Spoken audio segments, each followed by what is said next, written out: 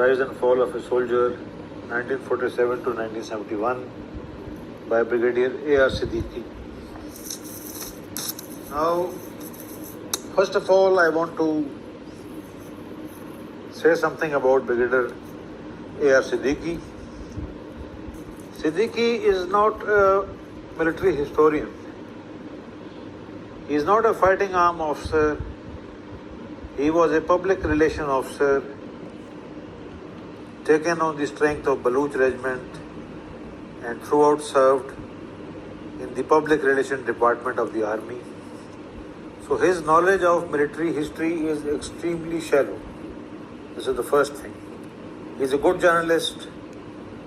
He writes interesting stories, sensational stories, which are, very, very interesting, and you just can't leave that book till you completely read his yarns and all that. But he is not a serious military historian. This first fact must be remembered. He was a friend of my aunt's husband, Saad Khairi, and Saad Khairi used to call him Katuria. And as per Saad Khairi, he belonged to the Punjabi Saudagar community of Delhi. Now, this book, which is supposed to be the biography of a Pakistan Army chief who led the army during the most fateful period of Pakistan Army history. This podcast is the first part in which I am reviewing this book. So, first of all, we will get to Kashmir War. Siddiqui's analysis of Kashmir War is extremely shallow.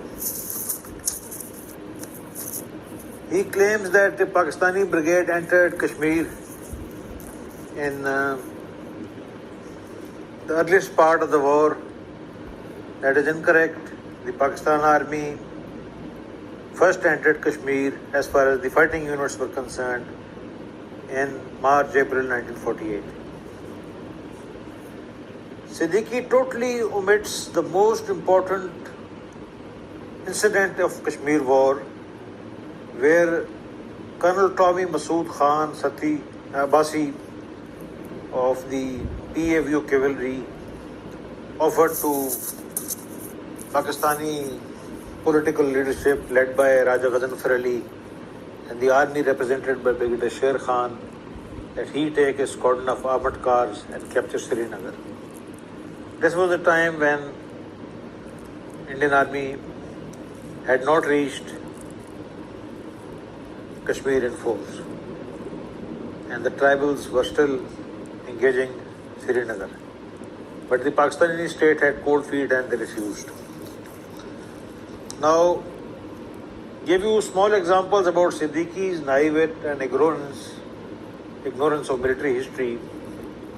He wrote an article in Friday Times some years back, and I critiqued it by a letter published in Friday Times, where he placed Meerut west of Delhi, an article dealing with 1857, and he transformed 3rd Light Cavalry into an infantry unit, and things like that.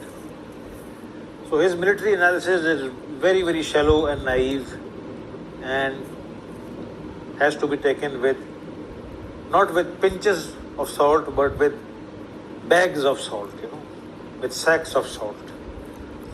Now, I will give you small examples where, he makes totally false statements in this book.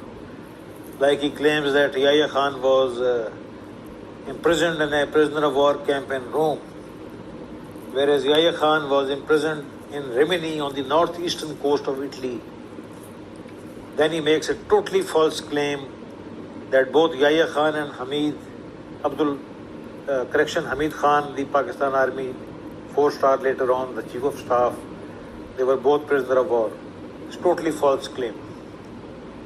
Hamid Khan, Burmese from Gujarat, Mandi Bahauddin, all along served in 3 Battalion Baluch, Yahya Khan's parent unit. He was initially the Punjabi company commander and later on the adjutant of the 3 Battalion Baluch. and was never captured. So this is totally false statement he makes, Then he makes sweeping judgments, like he claims that Yahya had no strategic insight. My question to armchair analysts like Siddiqui, journalists who have no military background as far as the real soldiering is concerned, is who in Pakistan army had a strategic insight? There was no strategic plan in the Pakistan army right from the beginning to save East Pakistan in case an Indian attack took place.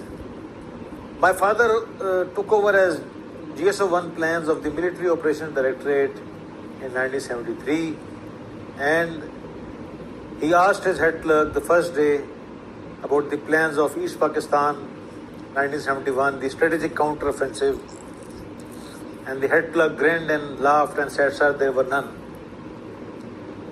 So Pakistan army was totally without any clueless and totally blank as far as how to save East Pakistan in 1971. Siddiqui only blames Yahya Khan, but as far as I have studied, there was no strategic insight in the whole of the army, and it was an institutional failure. So just blaming Yahya Khan is not enough.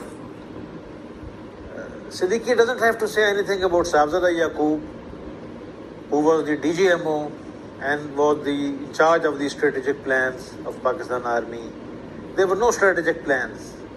There was no strategic idea about how to save East Pakistan. This is the first part of the podcast, and we will go into greater detail in subsequent parts.